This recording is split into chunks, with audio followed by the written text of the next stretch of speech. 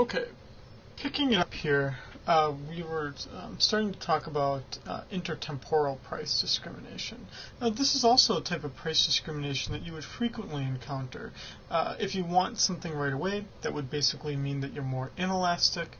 If you can wait to watch it or to read it, you must be more elastic, right? That's why the older something is, think about it. If you wanted to buy a Nintendo Wii now, it's very, very cheap because it was released so long ago, right? It's one reason among many others why technology tends to get cheaper the longer it's been sold to customers, right? Because for instance, I don't have a flat screen TV. I have a big tube TV. I'm probably one of the last people in my entire apartment complex that still have a big tube TV. In fact, it took two UW Stout professors to help me move it into my apartment when I first moved here.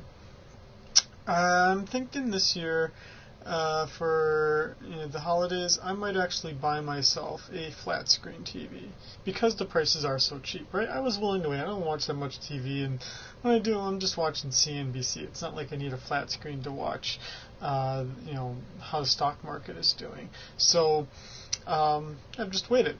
But now the TV is starting to get really old. It doesn't have very good sound. Since I waited so long, me as a very elastic customer, now I'd be willing to buy it. Again, what this allows the firm then to maximize profit, maximize capturing the producer surplus. Intertemporal price discrimination actually looks exactly the same as third-degree price discrimination. Two different demand curves. This would be the person who wants it right away, the more inelastic; the person who can wait, the more elastic. Set the MRs equal to the MCs up to their demand curves to find the price. The more inelastic customer is going to pay price P1, the more elastic customer will pay price P2.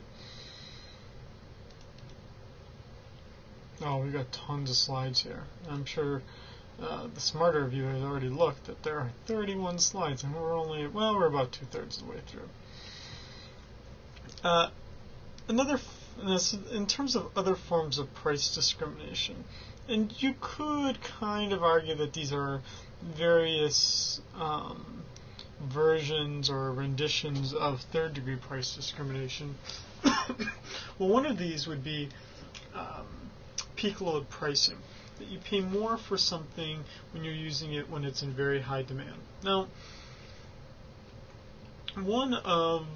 one way where I have a slight disagreement with the textbook, and this is one of the few times where I have a disagreement, the whole idea of price discrimination is that the marginal cost is the same. You're just trying to charge customers a different price. The problem with peak load pricing, while I have some disagreement that it's actually price discrimination, is that actually the marginal costs may be higher when you're using it when it's being heavily used, right? Like if I want to use electricity on a late summer afternoon, well, at that point the electric company's got to buy electricity from far away power companies. They have to burn books at the library to generate additional electricity. Very costly ways to produce additional electricity. So of course I should pay a higher price to reflect those higher marginal costs. Or if I want to use a ski resort on the weekend, right, then they have to hire additional employees, open up additional rooms. The marginal costs are now somewhat different. So it's not technically price discrimination. But if we allow the textbook this slight variation, right, what that would mean is that those who are using it during peak time should be willing to pay more for the good. They should be more inelastic. And that those who are willing to use it during off-peak times should be more elastic, and they should then pay a much lower price. And the way that we would see this here, right, is that in group 1 here, so now the marginal cost is no longer constant. The marginal revenue curves are steeper than the demand curves in each market. Here, this would be using it during the peak time, right? That would be the higher of the demand curves, right, when it's in heavy use. they set their MR equal to MC, they're charged price P1. In the off-peak times of the lower demand curve, they set their MR equal to MC, and they're charged price P2. Doesn't stop here. Another popular kind of price discrimination is known as the two-part tariff. Essentially what that means is that you charge two different fees to customers. You charge an entry fee and a usage fee. Now, a very popular form of this would actually be cell phones, right? If you buy a contract, most of the time you can get your phone for free or very little cost. But for those of you who, and there might be a few of you who know this, right, is that if you try to, but you can buy the same phone without a contract or as an unlocked phone that you can use on any carrier. But those phones are significantly more expensive, right? Whereas I think you can buy an unlocked iPhone, but it costs something like $700, $800, whereas you can get the iPhone for free, like the older version. You can get it for free if you sign it to your contract. Now, what would that be? That would be the entry fee, right? Buying the actual phone to use the service. Then obviously you pay a usage fee. Now, why do they do that? Because under the contract, the usage fees are much higher, whereas those who have the unlocked phone, they could go on to any service and pay a much lower usage fee. Or, if you look at almost any of the cell phone carriers, they also offer, most of them offer prepaid service or no contract service. So my cell phone, for instance, I don't have a contract. I had to pay $150 for a really old BlackBerry. It's a really bad phone, but on the other hand, with taxes included, I pay like $50 a month, much cheaper than I used to pay when I was under a contract. So it's all about, in this sense, some of the trade-offs in terms of your willingness to pay. What that then means is the firm has to then determine two prices, the entry fee and the usage fee. The same line of business, Verizon, right? They sell prepaid phones and they sell contract phones. The entry fee, the price of the phones, is going to be different because they charge different usage fees. One can offset the other. It's the trade-off, right? They can offer, under the contract for instance, free entry or nearly free entry cost, a free phone, but then you pay higher per month prices. Or they can charge a higher price for the phone and then not necessarily zero, but at least lower prices. Now, what they actually have to do, though, is they actually have to know what kind of customers they have. By single customer, what we mean is that either the customers use the item a whole bunch, right? Kind of similar demand for that item. So let's say that the only people that use these phones are, heavy users, right? Or they could be, you could just market the phone to senior citizens, right? Make the phone have really big numbers and be really easy to use, right? They would probably be very light users. You want to just capture, in this sense, if we have just a single kind of customer, what that means is that the usage price is going to be P star. So they're going to charge per minute or per month almost precisely what their marginal cost is going to be. And then this is the beautiful part. They're going to actually capture all of the what was once the consumer surplus by charging the entry fee, right? T star. So they're going to charge this much for the phones, and they're going to charge P star per month. With a single customer, if you do it right, you can actually get zero consumer surplus, zero deadweight loss. Now, things get a little bit more difficult when you have two types of customers.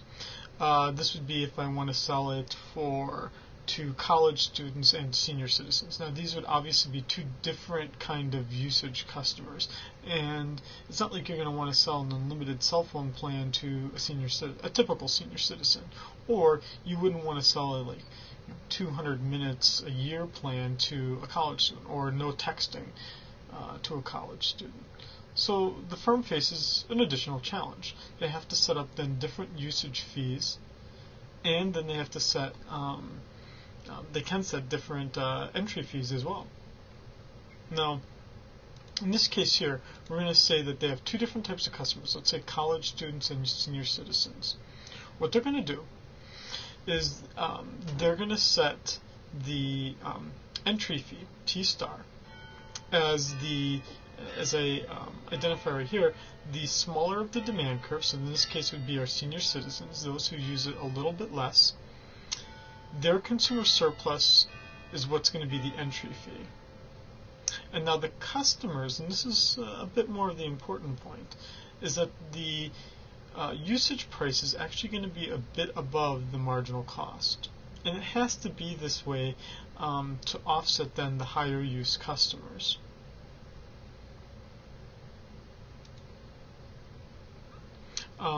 Exactly where that's going to be, you're not responsible for knowing. What I would like you to know, though, is at least that the price must be greater than the marginal cost. Now, you could set it so that you even have many, many more customers. What you end up then doing is having to set up a trade-off again between the entry fee and the usage fee. And this is more likely what the cell phone companies face in reality, right? Is they have business customers, they have senior citizens, they have family plans, they have individual plans, they have those for international travelers. So their pricing decisions are much more difficult. And the trade-off can then be described with this right here.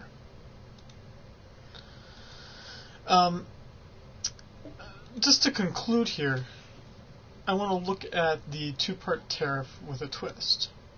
Let me just pause it right here for a second. The two-part tariff with a twist is a little bit, I find it a bit more interesting too. It's the case where you actually, for men and for women, when you buy the razor, the actual metal razor handle, you oftentimes get a few blades with it, right? Or when you buy a new printer, it often comes with a free ink cartridge.